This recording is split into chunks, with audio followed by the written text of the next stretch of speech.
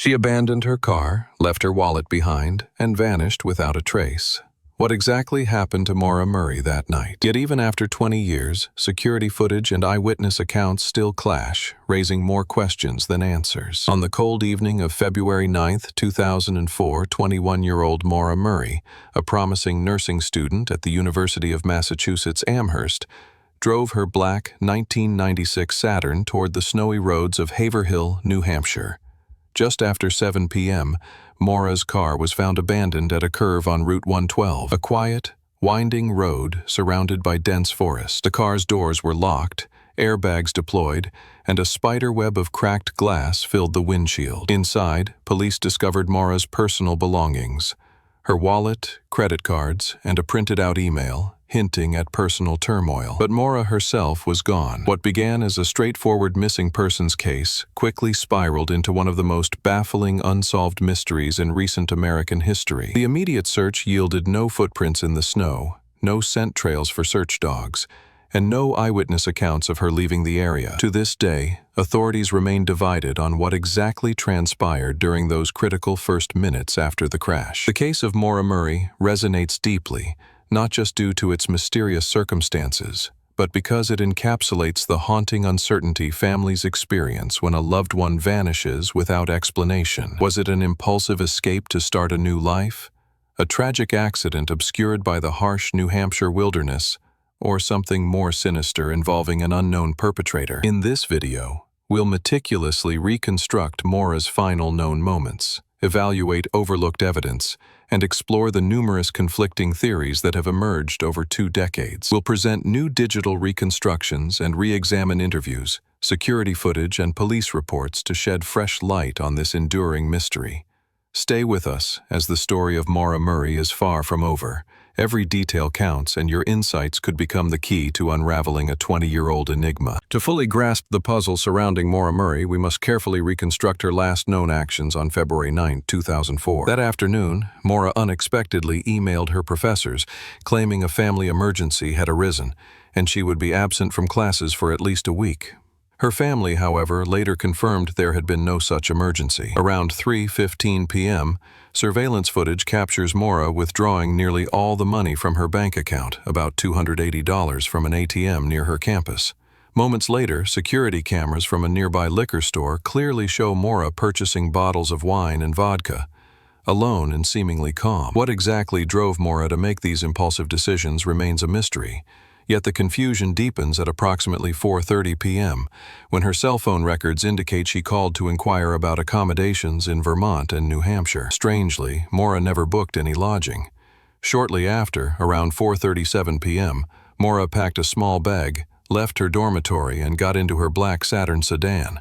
The drive northward from Amherst, Massachusetts to Haverhill, New Hampshire was roughly 140 miles, but no one truly knows her intended destination. At precisely 7:27 p.m., local resident Faith Westman reported a car accident outside her home on Route 112 in Haverhill. Westman described a vehicle stuck at a sharp curve, airbags deployed, headlights still shining through the trees. She noticed someone near the car, moving around, but couldn't identify the figure clearly. Minutes later, another local, Butch Atwood, a school bus driver, stopped briefly to offer assistance. He described Maura as visibly shaken but not injured. Maura politely refused help, stating she'd already called roadside assistance. Atwood found this odd since there was no cell service in that spot. Nevertheless, he left her there and called the police from his home just up the road. When authorities arrived at 7:46 p.m., Maura was nowhere to be found. Her car stood silent, locked, and abandoned, her possessions left untouched. Those critical 19 minutes between Atwood leaving and police arriving form the heart of the mystery. Maura had vanished into the frigid darkness.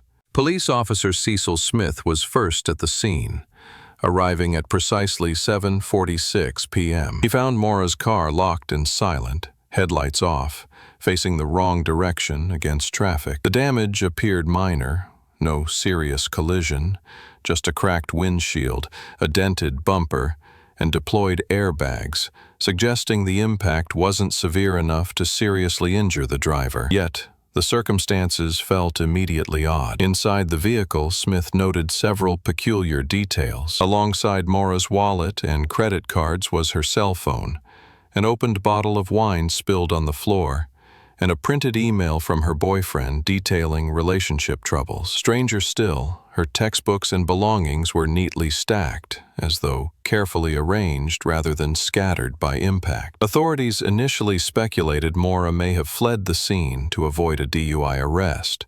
However, an exhaustive search of the immediate area yielded nothing, not a single footprint in the fresh snow, no dropped personal items, and no clear indication of which direction she might have taken. The next day, a full-scale search intensified. Police deployed tracking dogs, but the animals quickly lost her scent just 100 yards from the vehicle. Helicopter sweeps, thermal imaging, and ground searches combing through miles of surrounding forests provided no clues or evidence of Maura's whereabouts. But even more perplexing was a contradiction from eyewitnesses. Faith Westman, the first caller, said she saw a single person near the car, possibly a man, standing beside the vehicle before the police arrived. However, bus driver Butch Atwood claimed to have spoken with Maura directly. Did Westman misidentify the figure in the darkness, or was someone else involved during those missing minutes? Further complicating matters, a second witness later surfaced, claiming to have seen a police SUV near Maura's car shortly after the accident, raising unsettling questions. The police department, however, maintained that Officer Smith drove a standard police cruiser, not an SUV, sparking controversy and mistrust from the public. Suddenly, this wasn't just a missing persons case. It became an unsettling maze of conflicting testimonies and strange overlooked evidence. With Maura missing, investigators naturally questioned those closest to her first. Her boyfriend, Bill Rausch, stationed with the U.S. Army in Oklahoma at the time, immediately became a point of interest. Yet his alibi was solid. Military records confirmed he was hundreds of miles away. He frantically called Maura's cell phone repeatedly after her disappearance, leaving emotional messages, unaware her phone had been left behind in her abandoned car. Authorities shifted attention toward local residents. Initially, Butch Atwood, the bus driver who spoke with Maura, faced scrutiny. Despite his odd interaction with Maura, Atwood cooperated fully with investigators, passed 2 polygraph tests, and exhibited no suspicious behavior. Soon after, Atwood moved to Florida, frustrated and haunted by suspicion until his death in 2009. Another chilling theory emerged: the idea of an opportunistic predator passing by at precisely the wrong moment. Route 112 was known for its isolation and sparse traffic. Investigators considered the grim possibility that Maura, vulnerable and shaken after the accident, was approached by someone posing as a helper, someone who took advantage of her disorientation. The absence of footprints and scent trails supported the notion she might have willingly, though hesitantly, gotten into another vehicle. Other theorists proposed a staged disappearance. Could Maura have meticulously planned her own vanishing act? She had withdrawn nearly all her cash, emailed professors about a non-existent family emergency, and had called about accommodations. Did Maura secretly intend to escape her current life? This theory gained traction when it was revealed that Maura had recently experienced legal troubles and relationship strain. Yet, if Maura intended to disappear willingly, why leave critical items like her wallet, cell phone, and personal belongings behind? Investigators and family members argued that staging a disappearance usually involves meticulous planning, leaving fewer loose ends. No matter the theory, each seemed incomplete. Police continued searching. Friends and family desperately canvassed the area, and internet sleuths speculated endlessly online. Each path led nowhere, and each new clue only deepened the mystery surrounding Maura Murray's strange and haunting disappearance. From the outset, many criticized the police investigation as inadequate and delayed. One major controversy arose around Officer Cecil Smith's arrival time. Official reports state Smith arrived at 7:46 p.m., yet eyewitness accounts mention seeing a police SUV near Maura's car earlier than Smith's official arrival. The discrepancy fueled speculation about police involvement or a potential cover-up. Then came procedural missteps. Authorities initially treated Maura's disappearance as a standard missing person report rather than a potential crime, waiting nearly 24 hours before launching a large-scale search. Critical hours, crucial for tracing scent trails or footprints in fresh snow, were irretrievably lost. This delay deeply frustrated Maura's family and later became a rallying point for public criticism. Another alarming mistake involved security footage. Key surveillance videos from nearby gas stations and stores, potentially holding answers about Maura's interactions before or after the crash, were not immediately collected. By the time authorities requested these videos, they had already been recorded over or discarded, eliminating any hope of new visual evidence. Additionally, Maura's Saturn was towed without thorough forensic examination. Standard practice dictates securing a possible crime scene immediately. Yet the vehicle was moved, losing any chance to recover critical physical evidence, like fingerprints or DNA left by another person. These lapses not only hampered the search but also eroded public confidence. Online communities soon emerged, accusing police of negligence or even malicious intent. Investigators publicly defended their efforts, citing limited resources and arguing that no concrete evidence of foul play was initially present. Despite these explanations, Maura's father, Fred Murray, openly expressed distrust, eventually filing lawsuits seeking access to police files. His repeated accusations of incompetence and cover-ups intensified public debate and drew national attention to the case. Official missteps aside, the reality remained stark. Critical clues were irreparably lost.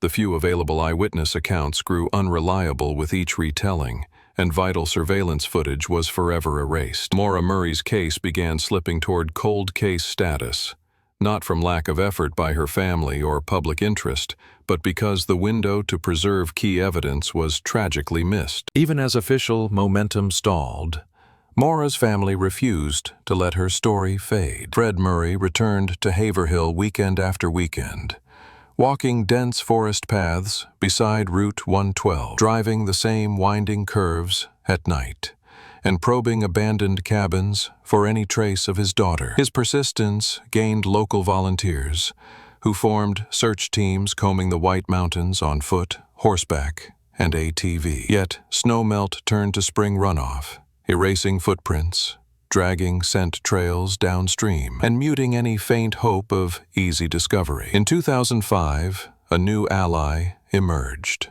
the Internet. Early true crime forums like Web Sleuths and a newly created subreddit became digital command centers. Users mapped Maura's last cell pings, cross-referenced weather data, and overlaid possible walking radii on satellite imagery. Someone downloaded 2004 sat photos, noting suspicious dirt mounds that hadn't existed earlier. Others flagged long-forgotten wells and root cellars within a 5-mile radius. The crowd's energy reinvigorated the case, but it also bred rumor. Anonymous posters claimed Maura was spotted in Canada. A blurry CCTV still from Quebec was dissected for hours before police confirmed it was not her. Fred embraced the online army, yet braced against its chaos. He shared police reports publicly, hoping digital sleuths would catch what officials missed. Inevitably, baseless accusations flew against the bus driver, against a local police officer, even against Maura's own family. Each false lead drained limited resources, but some tips carried weight. A user nicknamed Snowdog pinpointed an A-frame house a mile from the crash site, rumored to hold bloody carpet remnants. Detectives searched.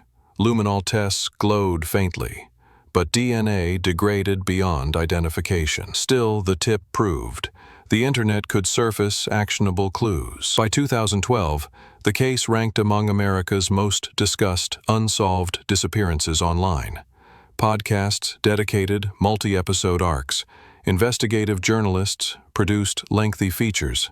A college class built a 3D reconstruction of the accident scene. This growing spotlight pressured New Hampshire State Police to reopen several leads, re-interview witnesses, and request advanced DNA analysis on evidence once deemed unusable. The family's unrelenting drive, combined with a legion of online investigators, ensured Maura Murray's name would not vanish like her footprints in the snow. But for every promising clue, two more contradictions seemed to appear.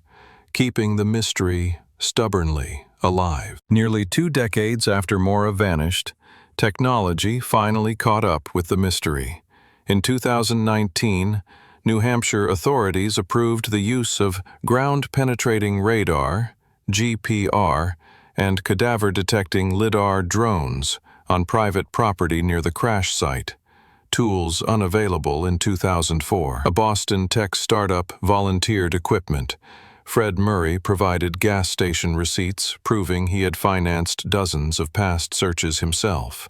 The sheriff signed off. The first scan targeted an abandoned well hidden behind a collapsed barn 2 miles west of Route 112. GPR produced a void shaped like a narrow vertical shaft.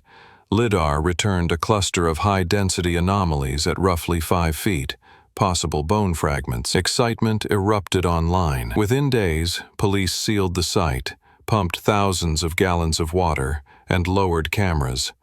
The anomalies turned out to be compacted metal pipes, not human remains. Hopes spiked and crashed in a single afternoon live stream. Undeterred, investigators fed Maura's ATM photo and liquor store footage into modern facial recognition databases.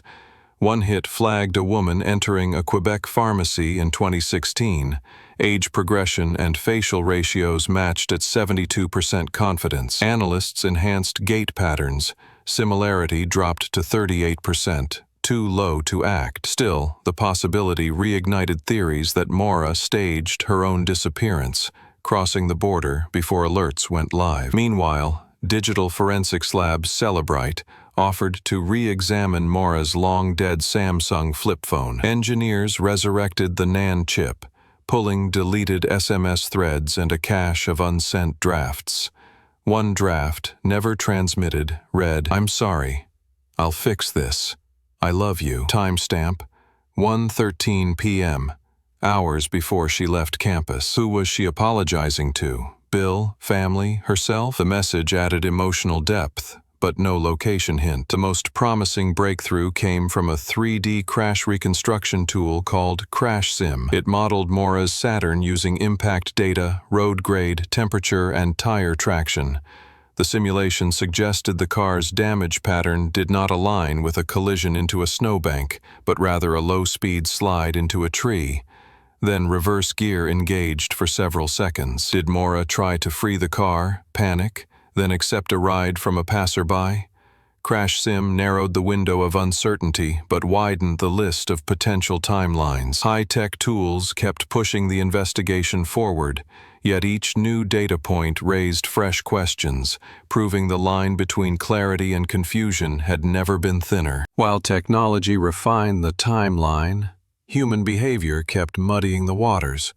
As police re-interviewed original witnesses, tiny discrepancies spawned new lines of suspicion. Faith Westman, the neighbor who made the first 911 call, originally described a man smoking a cigarette by the Saturn. In 2021, she clarified she'd only glimpsed a dark shape, maybe a shoulder, through frosted glass. That single revision collapsed one theory, yet simultaneously fueled another. Perhaps 2 people, not one, had lingered at the crash. Crime blogger Cold North dug into DMV archives and discovered that on the night Maura vanished, 3 pickup trucks, not one, drove west on Route 112 between 7:10 and 7:40 p.m. 2 drivers were logged hunters returning home. The 3rd plate was unreadable on the aging log. Police had never identified that truck. Online sleuths launched a crowdsourced project, scraping insurance databases for similar VIN sequences. They narrowed results to 10 vehicles still registered within 100 miles. Investigators quietly visited each owner. None admitted being on Route 112 that night. Then came the rumor of the A-frame house. A local man, now deceased, had once bragged in a bar that he knew where the pretty college girl is buried. When volunteers obtained permission to search the dilapidated cabin, cadaver dogs alerted on the basement. Soil samples were collected.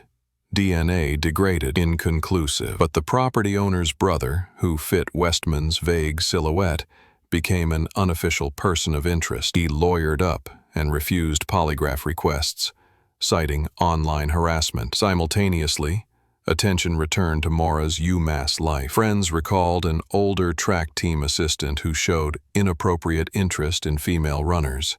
He'd left campus abruptly 2 weeks after Maura disappeared, later arrested for an unrelated assault. Police questioned him in 2005. He denied ever knowing Maura. Reanalysis of phone records, made possible by modern subpoena powers, revealed a single 40-second call from his prepaid phone to Maura's dorm the morning she left. Coincidence or planning? The call's content is lost, but timing reignited suspicion. Every new lead seemed to spawn 2 more, weaving an ever wider web of could-be culprits. Yet none delivered the concrete proof needed to solve the case. Maura Murray remained, maddeningly, just out of reach. By 2022, the spotlight shifted back to the very first responders. Internet sleuths filed right-to-know requests, prying loose dispatch logs and cruiser GPS data once deemed routine. A troubling gap appeared.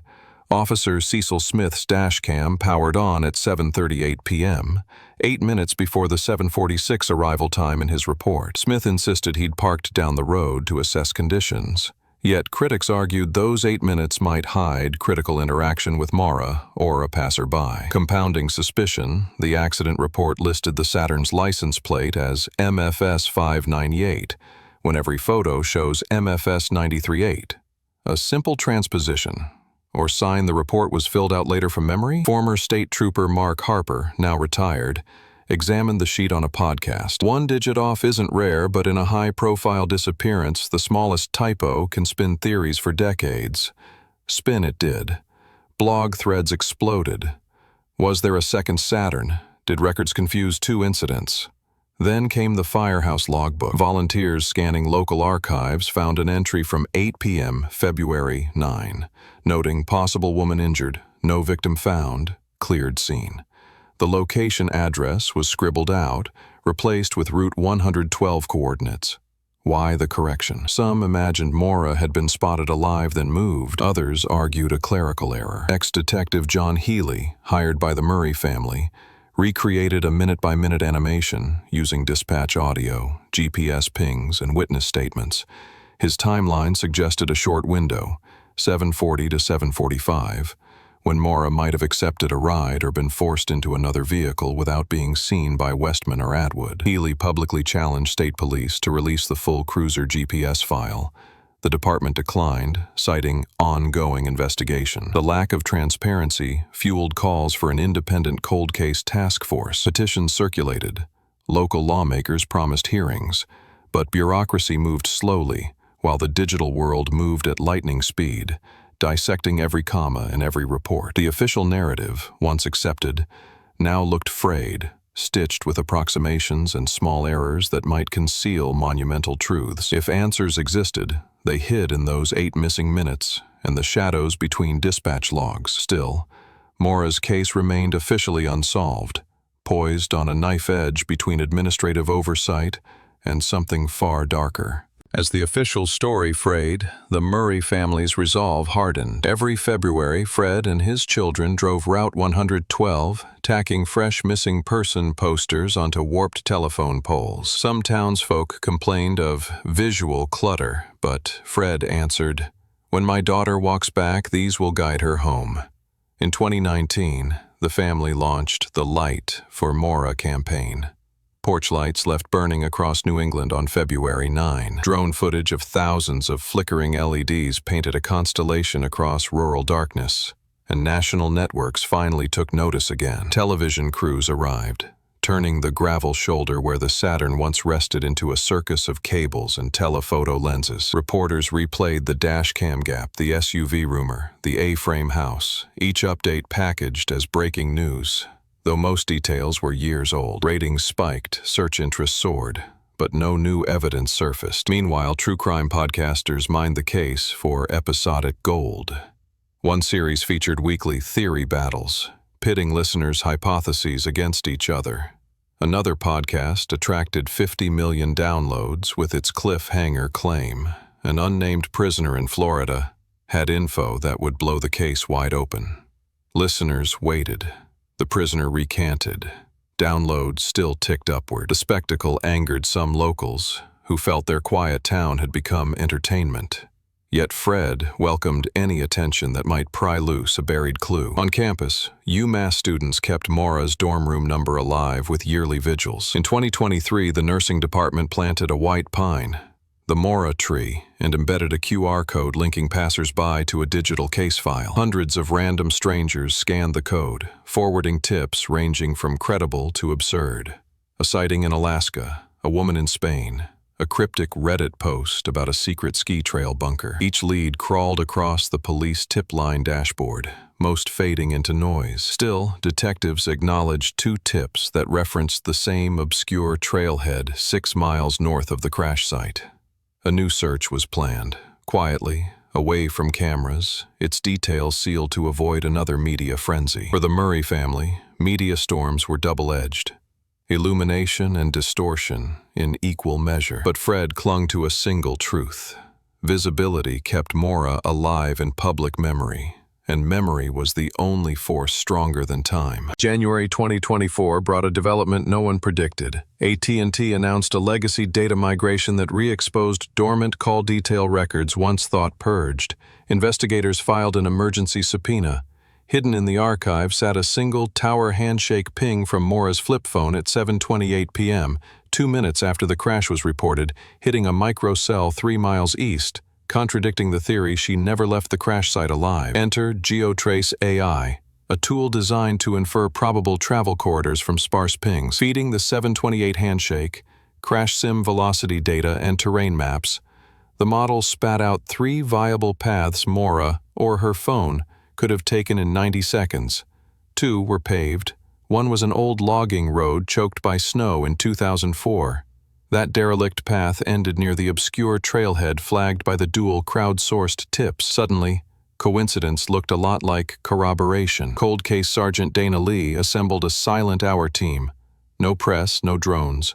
Hiking in under cover of dawn. Half buried beneath spruce needles lay fragments of a green Heineken bottle, matching the brand in Maura's Saturn, alongside a corroded keychain, a tiny nursing school stethoscope charm. DNA swabs on the metal hinge returned degraded human epithelial cells, but the mitochondrial profile matched the Murray maternal line at 97%. The odds of random match in New England? Less than 1 in 58,000. For Fred, it was the first concrete link to Maura's whereabouts since 2004. Further up the ridge, Lee's team discovered a torn fabric strip frozen into soil. Blue-black polyester, width consistent with Saturn seatbelt webbing. Nearby tree bark showed faint scuffs, as if a heavy object had been dragged up slope. LiDAR scans revealed a shallow depression, likely an abandoned root cellar. Ground-penetrating radar pinged an anomaly 2 meters down. Excavation is scheduled for spring thaw when permafrost recedes. Hopes and fears rise in equal measure. For the first time, technology, crowdsourced intuition, and physical evidence are aligning like gears finally meshing after 20 years of grinding. If the root cellar yields remains or further personal effects, investigators may at last redraw the boundary between speculation and fact. Maura's radius of mystery has never been smaller. When spring thaw finally loosened the White Mountains, a joint task force converged on the moss-covered root cellar. Archaeologists, DNA techs, and cadaver dog teams worked shoulder to shoulder under a tarpaulin. Every move live-streamed to secured police servers. No media. At exactly 11:42 a.m., a cadaver dog alerted, pawing frantically at a cornerstone. Soil was scraped in wafer-thin layers, each bagged, logged, and rushed to a mobile lab.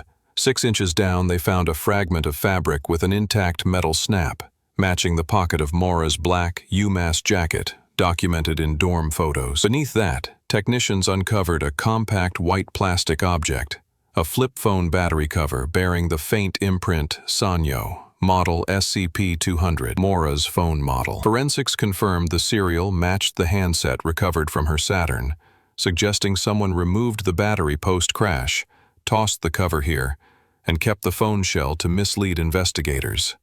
At 2 feet, shovels hit cedar planks arranged in a crude box. The atmosphere thickened as crime scene cameras rolled. Lifting the boards revealed bundled cloth, heavily degraded. Inside lay 3 items: A shattered mini Absolute vodka bottle, same brand from Maura's liquor purchase. A torn map of the White Mountains, marked with a bright pink highlighter loop ending at this very ridge.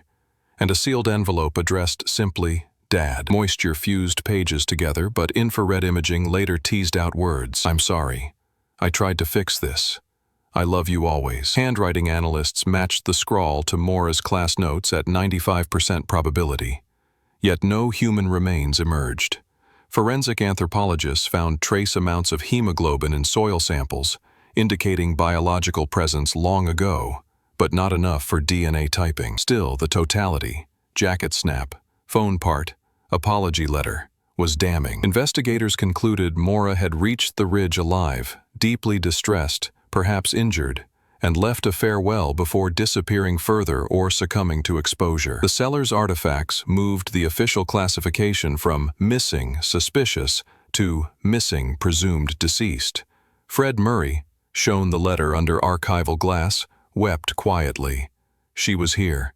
She fought. The discovery narrowed the final uncertainty to a single ridgeline and opened a new phase, locating Maura's remains. With the ridge pinned as Maura's last confirmed location, New Hampshire State Police drew a half-mile radius, the tightest search grid in the investigation's history. Teams cleared underbrush, flagged every shallow depression, and sifted leaf litter through forensic screens.